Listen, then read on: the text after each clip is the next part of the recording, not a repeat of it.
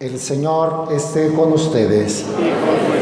Del Santo Evangelio según San Lucas. En aquel tiempo Jesús se hizo acompañar de Pedro, Santiago y Juan y subió a un monte para hacer oración. Mientras oraba, su rostro cambió de aspecto y sus vestiduras se hicieron blancas y relampagueantes. De pronto aparecieron conversando con él dos personajes rodeados de esplendor. Eran Moisés y Elías, y hablaban de la muerte que le esperaba en Jerusalén. Pedro y sus compañeros estaban rendidos de sueño, pero despertándose vieron la gloria de Jesús y de los que estaban con él. Cuando estos se retiraban, Pedro le dijo a Jesús: Maestro, sería bueno que nos quedáramos aquí y que hiciéramos 3 chozas, una para ti, una para Moisés y otra para Elías, sin saber lo que decía. No había terminado de hablar cuando se formó una nube que los cubrió, y ellos, al verse envueltos por la nube, se llenaron de miedo. De la nube salió una voz que decía: Este es mi Hijo, mi escogido, escúchenlo. Cuando cesó la voz, se quedó Jesús solo. Los discípulos guardaron silencio y por entonces no dijeron a nadie nada de lo que habían visto. Palabra del Señor. Gustan sentarse un momento. Estamos ya en el segundo domingo de Cuaresma, tiempo de volver a Dios, de oración, de penitencia, de escuchar la palabra de Dios particularmente. Y hoy la Iglesia nos pone el texto de la transfiguración de Jesús, que ya tiene su propia fiesta litúrgica. El 6 de agosto cada año celebramos la fiesta de la transfiguración y hasta forma parte del rosario. El Papa Juan Pablo II agregó a los misterios que ya había del rosario, que eran 15, 5 gloriosos, 5 gozosos, 5 dolorosos, agregó los misterios luminosos y uno de ellos es la transfiguración. Es decir, son acontecimientos en la vida del Señor pues muy profundos, que tienen para nosotros un gran mensaje. En parte lo comprendemos y en parte no, por eso son misterios. Hoy escuchamos en el Evangelio la transfiguración, que significa cambio de figura. Eso significa transfiguración. Y dice el Evangelio de San Lucas que subió Jesús a un monte para hacer oración y se llevó a Pedro, Santiago y Juan, 3 de sus discípulos más cercanos, con los que siempre trataba, a los que más privilegios daba, pero que también lo acompañaron los únicos en la pasión. Cuando fueron a prenderlo a Jesús en el monte de Getsemaní, en el huerto, los únicos que estaban eran Pedro, Santiago y Juan. Alguna vez que fue a hacer un milagro, lo acompañaron Pedro, Santiago y Juan. Era como su escolta más cercana, ¿no?, de nuestro Señor. Pues se llevó a ese monte, que no dice, por cierto, el evangelista San Lucas cómo se llamaba el monte, pero la tradición siempre ha puesto que es el monte Tabor. un monte alto, alto, alto, que está en el mero centro del país de Israel y del que se llega por distintos lados. Tabor significa en hebreo ombligo, es el ombligo de Israel, el monte Tabor. ¿Qué pasó? ¿Cómo nos lo cuenta San Lucas? Su rostro cambió de aspecto y sus vestiduras se hicieron blancas y relampagueantes. Para empezar, no lo vieron como todos los demás días. No era un judío cualquiera, el carpintero de Nazaret, el maestro que los había llamado. Su rostro transfigurado de Dios, pues. O sea, ya no era un rostro humano, era la gloria. Sus vestidos relampagueantes y blancos. Así lo explica con palabras humanas. No pudo explicarlo mejor el evangelista, pero junto con esta transfiguración aparecieron dos personajes que ya habían muerto. Moisés, el legislador, el que les dio las tablas de la ley, y Elías, el profeta de fuego, el gran profeta. Dos personajes antiguos que entendían ellos están con Dios, han sido de los hombres más santos que ha habido en nuestro pueblo. Está Moisés y está Elías platicando con Jesús. Era el cielo, en pocas palabras. Les hizo tocar, vivir un ratito la gloria del cielo. Conversaban acerca de la muerte que le esperaba en Jerusalén. Como que vinieron los dos personajes del Antiguo Testamento a avalar con su presencia: este es el Mesías, todo lo que nosotros anunciamos se cumple en este rabino de Nazaret, en este Jesús de Nazaret, hijo de María, hijo de José. Este es el Mesías. Y nos va a redimir a través de su muerte. La muerte que le espera va a ser gloriosa. Como diciéndoles a los apóstoles: no se vayan a escandalizar cuando lo vean crucificado, cuando lo vean sufriendo. Es Dios. Les hizo probar su gloria para que en los momentos de dificultad la fe de ellos no desfalleciera. Y luego experimentaron tal alegría, por eso digo que era como estar en el cielo. Si a nosotros nos llevaran al cielo, algunos santos han visto el cielo como flachazos nada más, como los niños los de Fátima vieron el infierno, como la vidente de la Divina Misericordia, Sor Faustina, Santa Faustina Kowalska, ella sí vio el cielo. Teresa de Jesús alguna vez experimentó la gloria del cielo. Y pues no hay palabras humanas, es lo máximo, pues es el gozo, la felicidad, la plenitud, la paz completa. Tanto que San Pedro dijo que quería quedarse ahí y le sugiere al Señor, sin saber lo que decía, hasta añade el evangelista, no sabía lo que decía. No era tiempo todavía de la gloria del cielo, pero sí se atrevió a decir: Señor, hay que quedarnos aquí. ¿A qué bajamos? A las cosas de la tierra, al sufrimiento, a la enfermedad, a las necesidades, a los problemas. ¿A qué bajamos? Hagamos 3 chozas. Aquí nos quedamos. Queremos quedarnos contigo, con Moisés, nuestro gran legislador, y Elías el profeta, sin saber lo que decía. O sea, no era el tiempo. Jesús quería solo darles una probada para que cuando volvieran a la realidad supieran qué les esperaba, supieran a quién seguían, supieran que Jesús es Dios y que iba a morir por nosotros. Pero no solo fue eso, se formó una nube. Ya cuando estaba solo Jesús, se formó una nube, y de esa nube, recuerden que la nube en el Antiguo Testamento, en el desierto, era signo de la presencia de Dios. Una nube los acompañaba. Dios que cubría a su pueblo, que acompañaba a su pueblo. De esa nube que se formó, también se oyó una voz que decía, dice San Lucas: este es mi Hijo, mi escogido, escúchenlo. Digo que dice San Lucas porque hay otra versión, la de San Marcos, que aquí tenemos.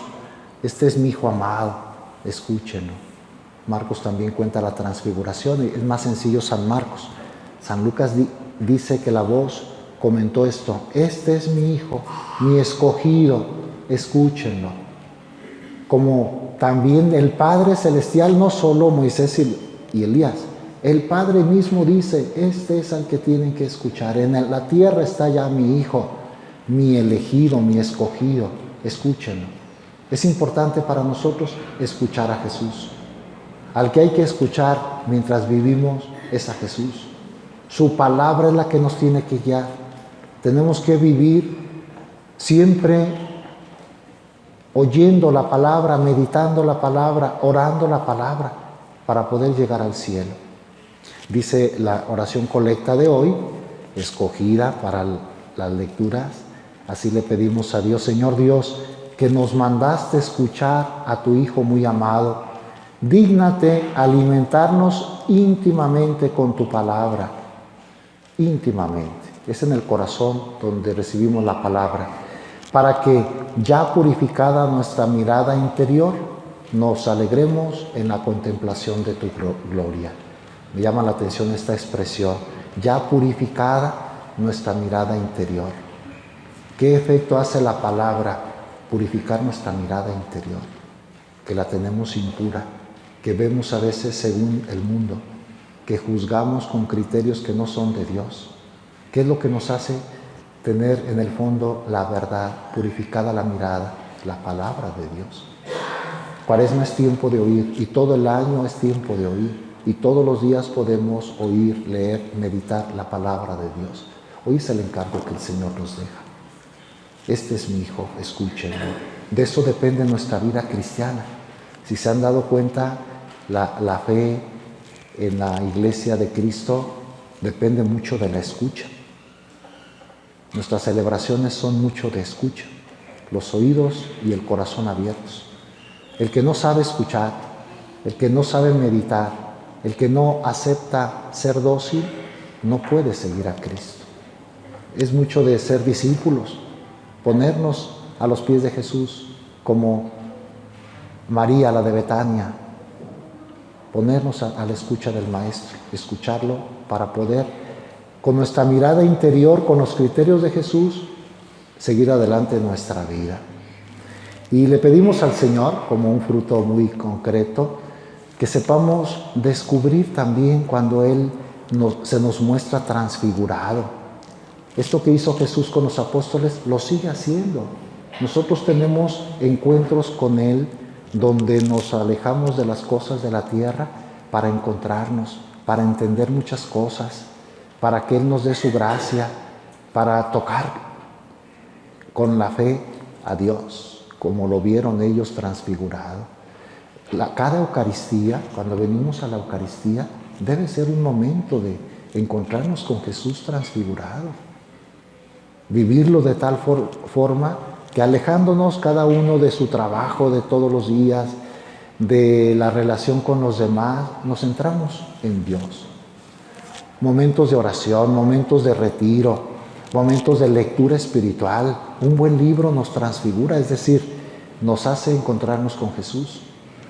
Una conferencia, hay que buscar las conferencias espirituales, la voz del Papa, la voz del Obispo, alguna reflexión, nos eleva de las cosas de la tierra, como que nos fortalece para que cuando lleguemos de nuevo a lo mismo de cada día, las mismas personas, las mismas situaciones, los mismos horarios, la rutina, estemos llenos de Dios, fortalecidos y poder vivir con mayor amor cada relación con los demás. Eso hizo Jesús con los apóstoles. Miren, soy yo. Y Pedro y Santiago y Juan tuvieron la fuerza de seguir adelante hasta su muerte. Los tres sabemos cómo murieron, hasta su muerte. Pedro, a pesar de que lo había negado, y siguió fiel y murió crucificado por Dios en Roma. Juan murió de edad, fue el último de los apóstoles, después de haber sufrido mucho por Jesús, se mantuvo fiel y murió de muerte pues natural, pero fue fiel hasta el final. Y Santiago fue el primero de los apóstoles pasado a espada, a él lo degollaron muy pronto. En el libro de los Hechos de los Apóstoles está el dato de la muerte de Santiago, después de que fue a España a evangelizar. Su cuerpo de hecho está en España, Santiago de Compostela, A él lo mataron en Jerusalén. Los tres fieles, porque habían visto la gloria de Dios. ¿Cómo podemos ser fieles a Dios? Teniendo esa experiencia viva de Él, encontrándonos con Él. Por eso la vida espiritual es importante, no es tiempo perdido. Ahí tomamos la fuerza, subir al monte con Jesús y después realizar todo lo demás de acuerdo a esa vivencia. Es importante buscar esos momentos, cuidar nuestra vida espiritual. Y yo creo que de entre todos los momentos de encontrarnos con Jesús, no hay ninguno más grande, más importante que la comunión. Por eso me reservé al final para hablar de la comunión de Samuel, su primera comunión. La comunión es el momento de encontrarnos con Jesús transfigurado. Ahí estamos unidos, ya no dos. Él entra con su cuerpo y su sangre a nuestro ser, a nuestra sangre, a nuestro metabolismo. Más unión no puede haber entre dos personas. La carne de Cristo en nosotros. Comulgar con Cristo es unirnos a Él, descubrirlo como Dios, recibir toda su fuerza, toda su persona, alimentarnos. Hay que buscar mucho la comunión. Y hoy que Samuel hace su primera comunión, le vamos a pedir a Dios que lo transforme, que lo transfigure, que lo haga su discípulo. Claro, él está todavía niño, pero ya desde niño ocupamos mucho la fuerza de Dios y conforme vamos creciendo, más lo necesitamos. Que esta primera comunión sea el inicio de muchas comuniones. Subir a Jesús, subir con Jesús al Tabor, alimentarnos, recibir su cuerpo, estar siempre con el alma llena de Dios. Eso deseamos para nuestro amigo Samuel, que toda su familia lo ayude. La primera comunión es un acontecimiento familiar. Se acerca a él por primera vez, pero toda la familia, sus amigos que lo acompañan hoy, tienen que ayudarlo a que esté junto al Señor siempre, que no se separe de Él, que se alimente constantemente. Es muy importante eso. Y estoy pensando que hay muchos que hacen su primera comunión. Yo tengo hasta un ahijado de primera comunión que nunca más volvió a comulgar. Me lo encontré hace poco, es ahora un abogado alejado de Dios. Y fue mi padre, yo fui su padrino. Qué pena, qué dolor. Oye, ¿y tu vida espiritual? Pues no, yo ya no creo. Qué triste. Y así hay muchas familias que solo la primera comunión y de ahí ningún esfuerzo por alimentar la fe, el amor de los hijos a Dios. No es el caso. Estoy pensando que eso sucede lejos de nosotros. Pero en el caso de Samuel, que toda tu familia, eso vamos a pedirle a Dios, amen mucho al Señor, te alimenten siempre, te ayuden y que tú mismo te fortalezcas mucho, que seas hombre de comunión, hombre eucarístico. Que la Santísima Virgen interceda por nosotros. María no figura mucho en la Cuaresma aparentemente, pero ella siempre está presente. Ella nos quiere cerca de su Hijo, ella intercede. Hoy le pedimos a la Virgen por Samuel, por todos nosotros, para que la unión con Jesús sea cada vez más profunda y nuestra vida dé más fruto. Que así sea. Se ponen de pie. Padre, yo busco tu amor. Padre, vuelvo a ti. Mira que tu hijo soy. Padre, vuelvo a ti. Padre, yo busco tu amor.